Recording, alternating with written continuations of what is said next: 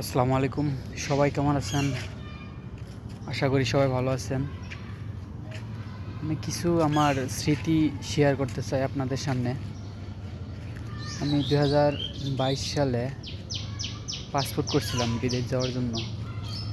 আমাকে বিদেশ নেওয়ার জন্য আমার মা অনেক চেষ্টা করছে। মা খালি বলতো, গার্মেন্টস খাটটা জীবনে কিছু করতে পারবি না, বিদেশ চলে যা, ঘর বাড়ি যাই হোক কিছুই করতে পারবি না, খাইলে সমান সমান থাকস, একলা চাকরি করস, অনেক রিকোয়েস্ট করছে। তারপরও মার কথাটা যাই হোক ভাবলাম না, চলে যাই।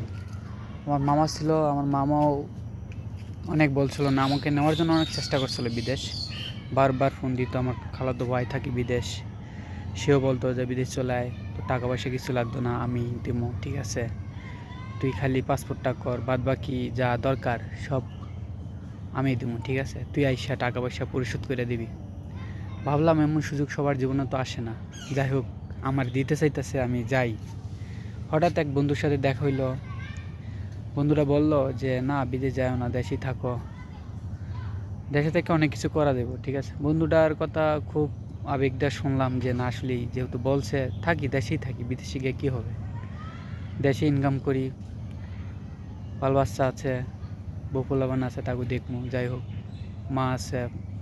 আর বিদেশে যারা থাকে ওরা অনেক কষ্ট করে, অনেক 5 বছর থাকে, 10 বছর থাকে, আইসা আবার দেশেই খাটাখাটনি করে। বন্ধুটার কথা খুব শুনছিলাম। এখন দেখলাম বন্ধুটার কথা শুনে আমার খুব লস হয়েছে, অনেকটাই মনে করি যে অনেকখানি লস হয়েছে।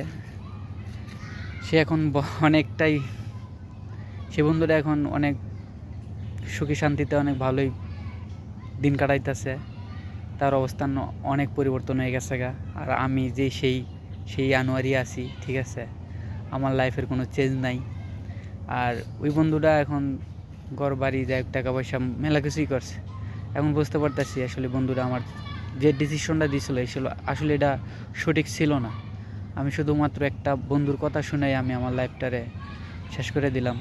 এখন যদি বিদেশ থাকতাম তাহলে আমার হয়তো বা কিছু না কিছু টাকা পয়সা থাকতো। তারপরে আমার মা চিকিৎসার অভাবে মারা গেল, ক্যান্সার হয়েছিল, লিভার ক্যান্সার, ভালো করে চিকিৎসা করতে পারি নাই। আমি যদি বিদেশ থাকতাম তাহলে আমার মার হয়তো বা কিছুটা সুখ দেখা যাইতে পারতো।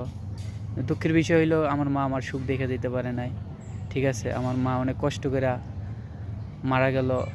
যাই হোক, আল্লাহ নিয়ে গেছে, মানুষের অসুখ বিসুখ তো হয়, কিন্তু আমার মার অনেক বড় একটা অসুখ হয়েছিল। অসুখটা আমার মার জীবনটা শেষ করে দিল। আমরা এই বয়সে এখন বর্তমানে কেউ নাই বলতে আত্মীয় স্বজন আছে, বাপ মা দুজনই হারাই ফেলাইছি, দুজনকে হারাই ফেলাইছি। এখন যাই হোক, বন্ধুটার কথাটা শুনে বুঝলাম যে এখন না, বন্ধুটা আমার লাইফটারে হেল্প করে দিস। বন্ধুটা আমার অনেকটাই ক্ষতি করে দিস, ঠিক আছে। এই ক্ষতির পূরণ কোনো দিন হবে কি না আমি জানি না, কিন্তু আসলে ভাবতেছি, এখন ভাবি, প্রতিনিয়ত ভাবি, যদি আমি বিদেশ থাকতাম তাহলে আমার মার চিকিৎসাটা আমি ভালো করে করতে পারতাম, হয়তো বা ইন্ডিয়াতে নিয়ে যাইতে পারতাম। ভুল করছিলাম, অনেক ভুলে পার্শ্চিত্য এখন করতেছি। যাই হোক, সবাই যখন কোনো এক ডিসিশন নেবেন, বাপ মা বা আত্মীয় স্বজন যেটা বলে সেটা অবশ্যই শুনবেন। অপরের কথায় কান না দিয়া নিজের মন যা চায় সেটা করবেন।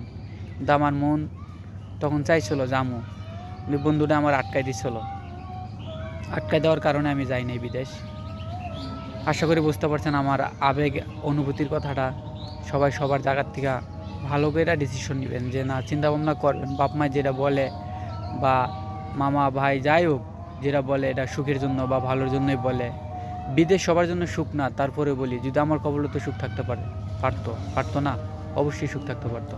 আমি তো এখন একটা ভালো পজিশনে থাকতাম, বা 2-4-5 বছর পরে আইসা আমি একটা কিছু করতে পারতাম। আশা করি সবাই বুঝতে পারছেন। ভালো থাকবেন। আসসালামু আলাইকুম।